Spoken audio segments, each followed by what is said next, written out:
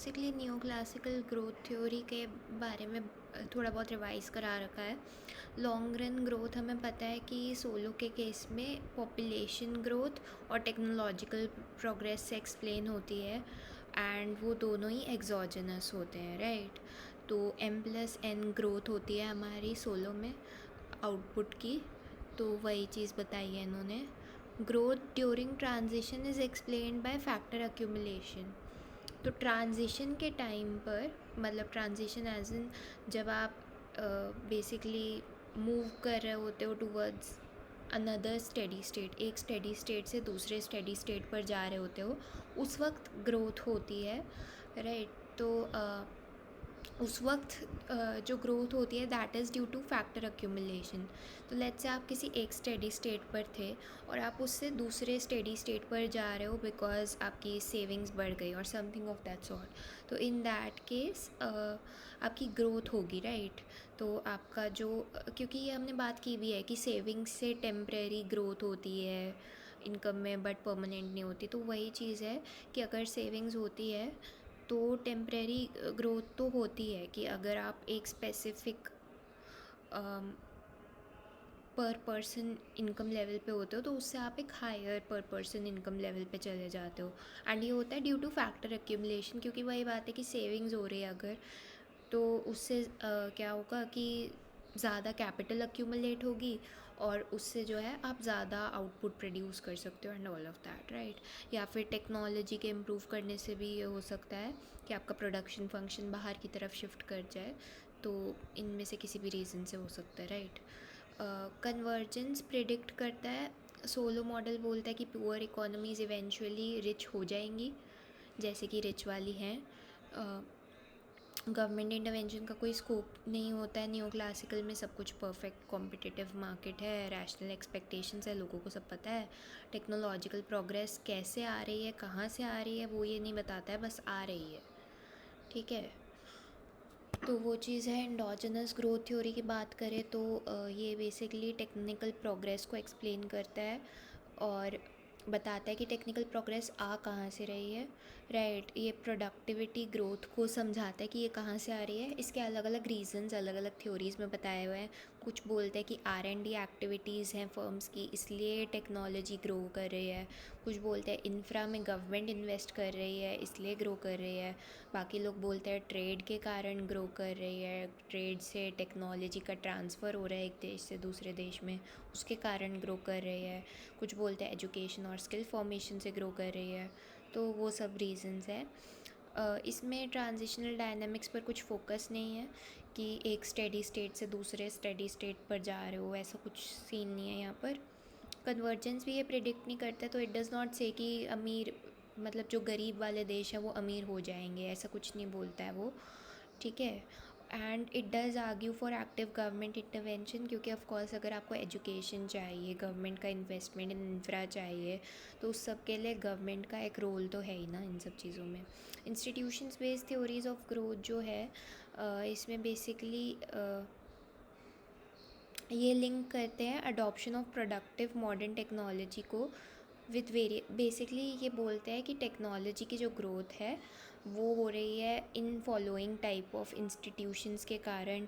कि अगर आपके देश के फाइनेंशियल इंस्टीट्यूशंस अच्छे हैं, स्टॉक मार्केट्स एक्सेट्रा बहुत प्रॉपर्ली वर्क करते हैं, जैसे इंडिया का बॉन्ड मार्केट बहुत प्रॉपर्ली वर्क नहीं करता है, तो अगर उस टाइप की कोई दिक्कतें नहीं है आपके देश में, लीगल फ्रेमवर्क सॉलिड है, पॉलिटिकल इकोनॉमी काफ़ी अच्छी है, ऑल ऑफ दैट, वो सब अलग अलग जो इंस्टीट्यूशंस है अगर वो सही से काम कर रहे हैं तो उसके बारे में ये बेसिकली बात करता है। आगे ज़्यादा ही आगे हो गया। तो मुद्दे की बात पर अगर हम आए तो ये तो मतलब इधर उधर की बातें हो गई, ठीक है, थोड़ी बहुत। आगे इन्होंने बताया है कि मॉडल जो है वो या सो बेसिकली एंडोजेनस ग्रोथ का वही मतलब है ना कि वो बताए कि टेक्नोलॉजी ग्रो कर कहाँ से रही है, और अगर हम उस ग्रोथ को चेंज करना चाहे, बढ़ाना चाहे, घटाना चाहे, तो कैसे कर सकते हैं हम, उसमें कुछ भी इफ़ेक्ट कैसे ला सकते हैं, राइट। तो वही है कि ये कैपिटल एक्यूमुलेशन, R&D, इन सब चीज़ों के बारे में बात करते हैं। वी ऑलरेडी सीन की इंफ्रा एट्सेट्रा के बारे में बात करते हैं। तो एनीवे अब आ जाते हैं इनाडा कंडीशंस पे। तो अभी तक सोलो में, आरसीके में, सब जगह पे ही इनाडा कंडीशंस अज्यूम की जाती हैं, उनसे ही फेज डायग्राम्स बनाई जाती हैं। बट ये कंडीशंस इम्प्लाई करते हैं कि ग्रोथ स्टेबलाइज कर जाता है टू एन एग्जॉजनसली गिवन कांस्टेंट। वही बात है अगेन कि ग्रोथ जो होती है इन सभी मॉडल्स में स्टेबलाइज कर जाती है, एक स्पेसिफिक कांस्टेंट के बराबर आपको वैल्यू मिल जाती है ग्रोथ की, राइट। हाउस होल्ड्स का कुछ भी सेविंग प्लान हो वो डजेंट मैटर, एक कांस्टेंट के बराबर आपकी ग्रोथ आ रही होती है हमेशा ही, राइट। बट तो वो सीन है। फर्दर जो steady state capital and density is constant and growth was contingent upon population growth rate and rate of technological progress in the economy. ठीक है, तो जो स्टेडी स्टेट कैपिटल इंटेंसिटी है वो कांस्टेंट है। मतलब वही कि स्टेडी स्टेट में जो कैपिटल पर वर्कर होता है वो हमें पता है कि अगर तुम टेक्नोलॉजी के साथ वाला सोलो लेते हो तो टेक्नोलॉजी के साथ वाले में पर वर्कर की बजाय कैपिटल पर इफ़ेक्टिव वर्कर कांस्टेंट हो जाता है, राइट। तो अल्टीमेटली मतलब चीज़ वही है कि हम एक ऐसे ग्रोथ रेट पर आ जाते हैं जो कि बेसिकली पॉपुलेशन की ग्रोथ रेट पर और टेक्नोलॉजिकल प्रोग्रेस पर डिपेंड करता है। And the sad part is कि वो बताता नहीं है कि हम कैसे इनमें से किसी को भी चेंज कर सकते हैं, राइट। पॉपुलेशन ग्रोथ को तो of course you can not change, technological progress is also, वो बता ही नहीं रहा कि टेक्नोलॉजिकल प्रोग्रेस हो कहाँ से रही है, तो दैट्स द इशू। तो इनाडा कंडीशंस के कारण हम एक स्टेडी स्टेट पे आते हैं। अब हमें वो स्टेडी स्टेट पे आना खल रहा है बिकॉज हम चाहते हैं कि हम ग्रो करें, पर वर्कर वाली जो ग्रोथ है उसको अचीव कर सकें। सोलो उसमें हमारी हेल्प नहीं कर रहा, अगर हेल्प करता भी है तो वो बस एक एग्जॉजनस टेक्नोलॉजिकल ग्रोथ अज्यूम करके इट हेल्प्स अस, बट वो भी बहुत ज़्यादा हेल्पफुल नहीं है क्योंकि हमारे पास ये मेथड नहीं है कि कैसे हम ग्रोथ अचीव कर सकते हैं, राइट। तो इनाडा कंडीशंस के कारण हम यहाँ पर बेसिकली अटक रहे हैं। एंड द थिंग इज़ कि इनाडा कंडीशंस का इंट्यूटिव कोई लॉजिक नहीं है, ठीक है। तो एक तो इनका कोई लॉजिक नहीं है, it's just a mathematical thing. Plus the thing is कि इनको टेस्ट करना एम्पेरिकली इज़ वेरी हार्ड क्योंकि इनका बेसिकली क्या होता है इनाडा कंडीशंस में कि लिमिट एफ डैश के जो होता है वो इन्फिनिटी होता है जब के ज़ीरो की तरफ टेंड करता है, तो और ज़ीरो होता है जब के इन्फिनिटी की तरफ टेंड करता है। तो अब किसी भी देश में या तो इनफाइनाइट कैपिटल का लेवल होता नहीं है और ज़ीरो कैपिटल का लेवल भी किसी देश में नहीं होता, तो it's very hard to test these things, right. तो इट मेक्स सेंस कि हम इनाडा कंडीशंस को छोड़ दें, राइट। एंड अगर हम इनको छोड़ते हैं तो we get closer to endogenous growth models.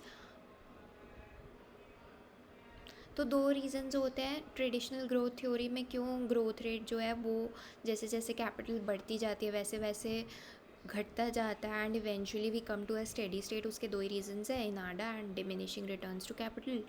And अगर हम देखें डिमिनिशिंग रिटर्न्स टू कैपिटल को अगर हम एग्जामिन करें तो सी यहाँ पर लिया है हमने average product of capital is basically output upon capital जिस एफ के टी बाय के टी, ठीक है। अब एवरेज प्रोडक्ट ऑफ कैपिटल कैसे चेंज हो रहा है कैपिटल के साथ वो देखते हैं कि बेसिकली जैसे जैसे और कैपिटल आ रही है तो क्या अगर पहले एक कैपिटल का यूनिट 5 यूनिट ऑफ आउटपुट बना पा रहा था तो कहीं अब वो 4 3 2 ऐसे गिर तो नहीं रही है या क्या हो रहा है वो एग्जामिन कर रहे हैं हम। बेसिकली कैपिटल की productivity is what we are examining.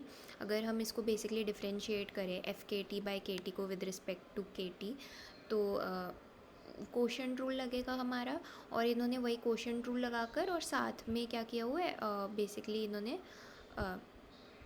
Numerator में माइनस कॉमन ले लिया है, ठीक है। तो F K T minus K into F dash K this is the same as marginal product of labour. इसकी काफ़ी times we already done the derivation. तो दिस ये जो न्यूमरेटर वाला टर्म है मार्जिनल प्रोडक्ट ऑफ लेबर है and we know marginal product of labour positive होता है, राइट। तो ये पॉजिटिव है बट इसके साथ में माइनस लगा हुआ है, डिनोमिनेटर में स्क्वायर है, तो डिनोमिनेटर वाला टर्म पॉजिटिव है, न्यूमरेटर वाला टर्म पॉजिटिव है बट उसके साथ माइनस है, तो overall it's a negative thing, right. तो वो चीज़ है, तो विच मीन्स कि basically average product of capital जो है वो धीरे धीरे घटता जाता है, ठीक है, जैसे जैसे और कैपिटल आती जा रही है। मतलब ये वही बातों को घुमा फिरा के कह रहा है कि एवरेज प्रोडक्ट ऑफ कैपिटल गिरता है जैसे जैसे कैपिटल आती है, विच मीन्स कि जैसे जैसे और कैपिटल आती है तो जो कैपिटल की प्रोडक्टिविटी है वो गिरती है, जो कि इट्स अ नोन फैक्ट, हमें पता ही है एनीवे कि जैसे कैपिटल बढ़ता है तो उसकी प्रोडक्टिविटी गिरती है। तो एनीवे तो वो चीज़ है। फिर right, but the fact remains कि अब सी एक diminishing average product of capital is important for a steady state. Why is it important? क्योंकि अगर तुम देखो तो आई जस्ट शो दिस एक बार।